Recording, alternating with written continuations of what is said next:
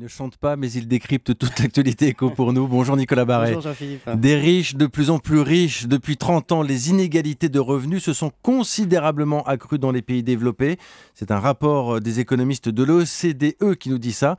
Et les conclusions sont édifiantes, Et Nicolas. le plus frappant, c'est évidemment ce qui se passe aux États-Unis, où les plus riches, on peut le dire, ont carrément fait main basse sur les revenus du pays ces dernières années.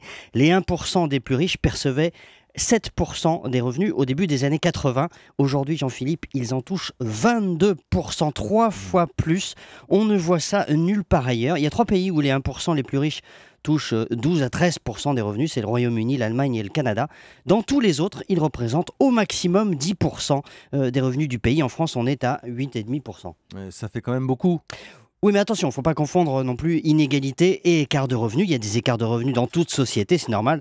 Un chirurgien gagne plus qu'un infirmier ou un professeur en fin de carrière, plus qu'un stagiaire débutant. Et donc, statistiquement, c'est même une lapalissade. Ceux qui se situent en haut de l'échelle perçoivent une plus grande part des revenus. Ce qui n'est pas normal, c'est que les écarts se creusent sans raison et soient multipliés par 2 ou 3, comme on le voit aux États-Unis en ce moment. Et qu'est-ce qui explique ça, Nicolas? Alors, l'une des raisons, c'est que depuis 30 ans, dans beaucoup de pays, pas en France, mais dans beaucoup de pays, l'impôt des plus riches a été massivement réduit.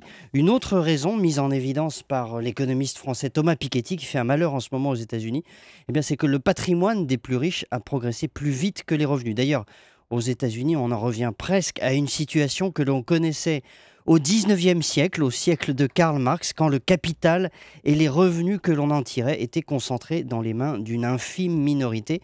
En ce début de 21e siècle, la tendance est donc bien au creusement des inégalités un peu partout dans le monde. C'est le retour au siècle de Marx, mais attention, pas partout. La preuve, des pays aussi différents que l'Espagne, les Pays-Bas, le Japon, la France échappent à cette tendance et après tout, tant mieux. L'édito éco de Nicolas Barret, chaque matin à 8h10 sur Europe 1.